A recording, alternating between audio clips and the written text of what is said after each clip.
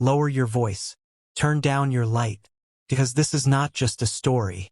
This is a memory the night itself refuses to forget. In the land of Umu-Oji, where the red earth remembers every footprint and the trees listen when humans lie, there was a woman whose shadow did not behave like others. But before she learned to walk with shadows, she was first born into darkness. It was a night without moon. No owl hooted, no cricket sang. Even the wind held its breath. The elders would later say, "A child born when the night is afraid will never belong fully to the day." Her mother, Nena, screamed alone inside a mud hut at the edge of the village. The women who were supposed to help her refused to enter, because shadows had gathered outside the hut. Not people, not spirits, just shadows long, twisted, moving against the direction of firelight. When the child finally came out, something was wrong. She did not cry. Her eyes were open wide, calm, ancient. And when the oil lamp flickered, her shadow stood still, even though she moved. The village Dibia, old Matsi Okari, dropped his staff when he saw her. "This one walks between what breathes and what remembers," he whispered. They named her Ifyinanya Love. But love does not always come gentle.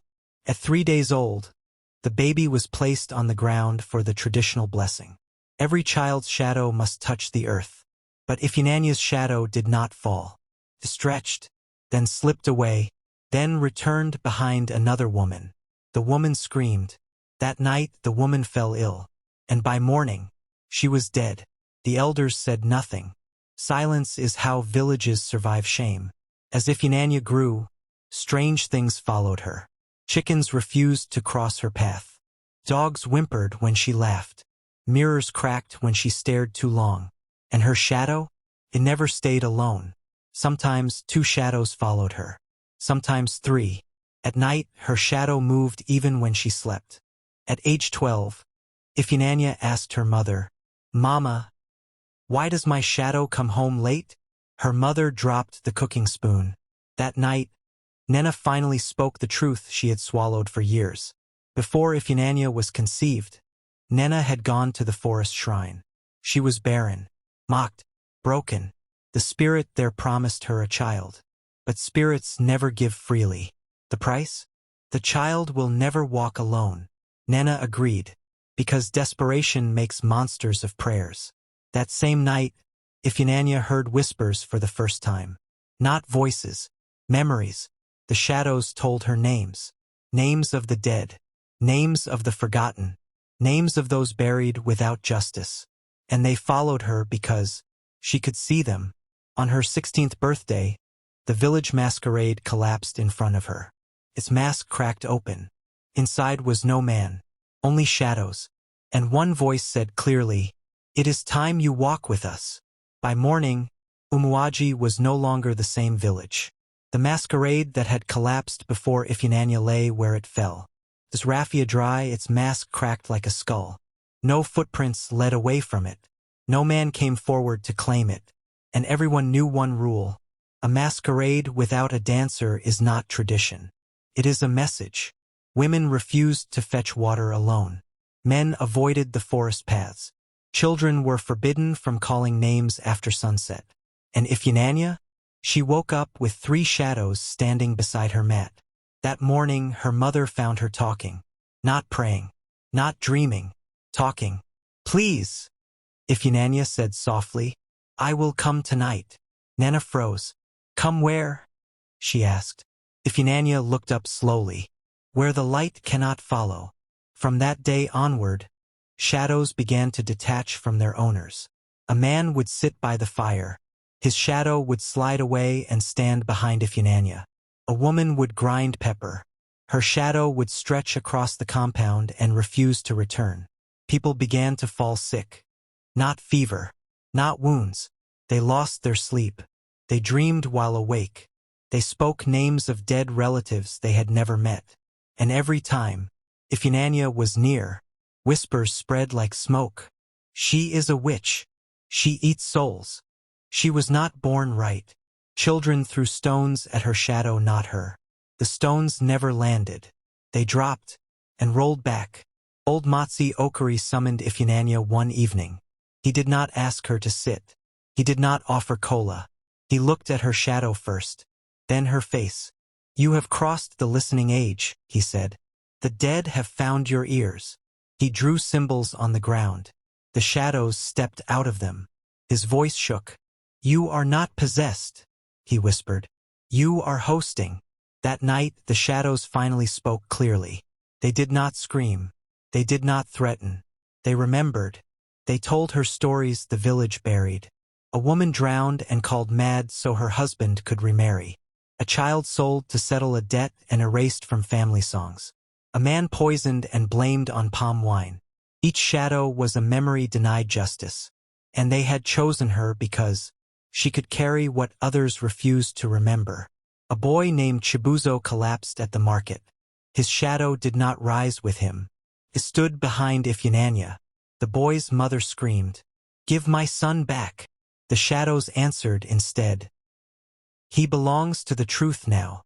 By morning, Chibuzo was dead, and the village decided Ifunanya must leave. They did not beat her.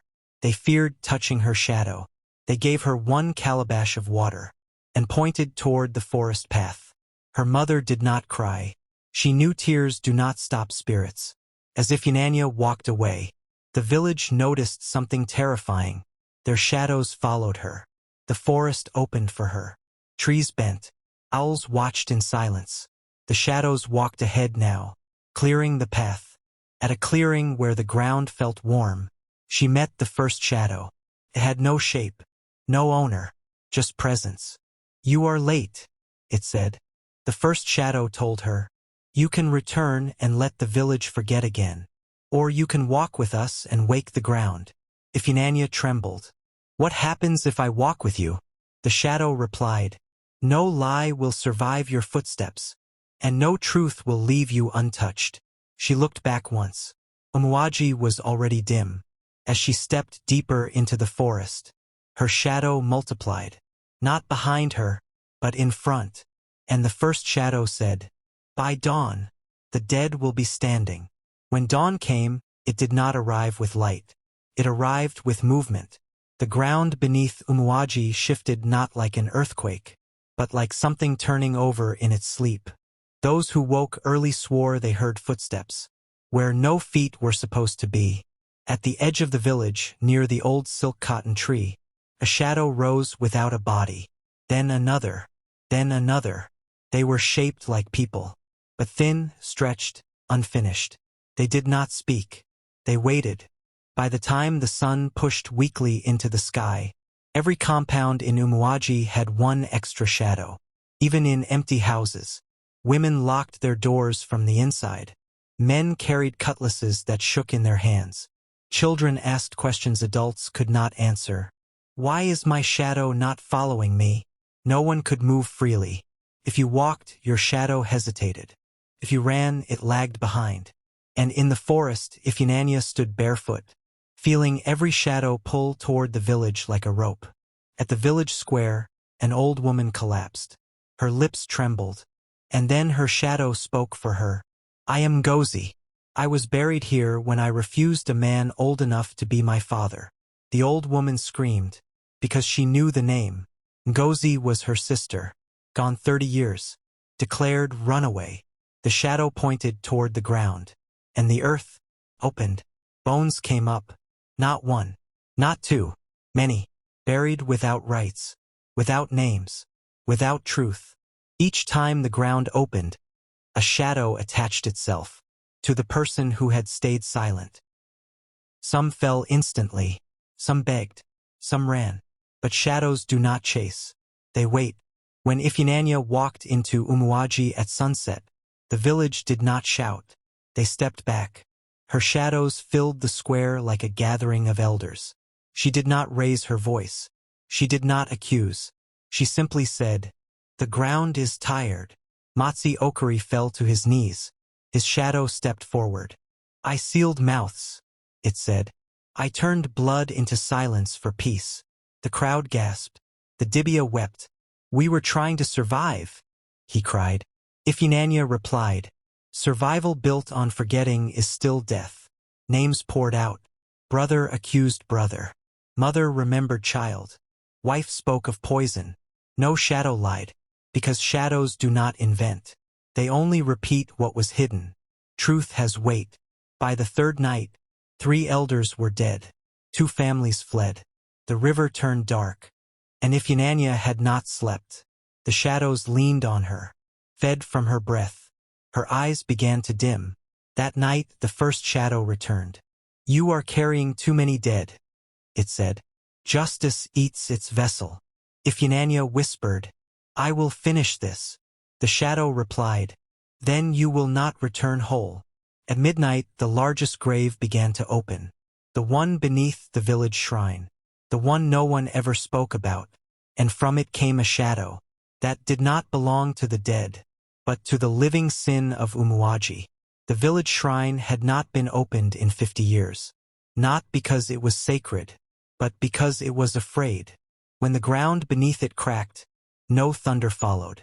No wind rose, only a smell. Old blood mixed with damp earth. And then the shadow came out. The shadow was thick, heavy. It did not stretch like the others. It blocked the firelight. The elders knew immediately, this was not a victim. This was a crime.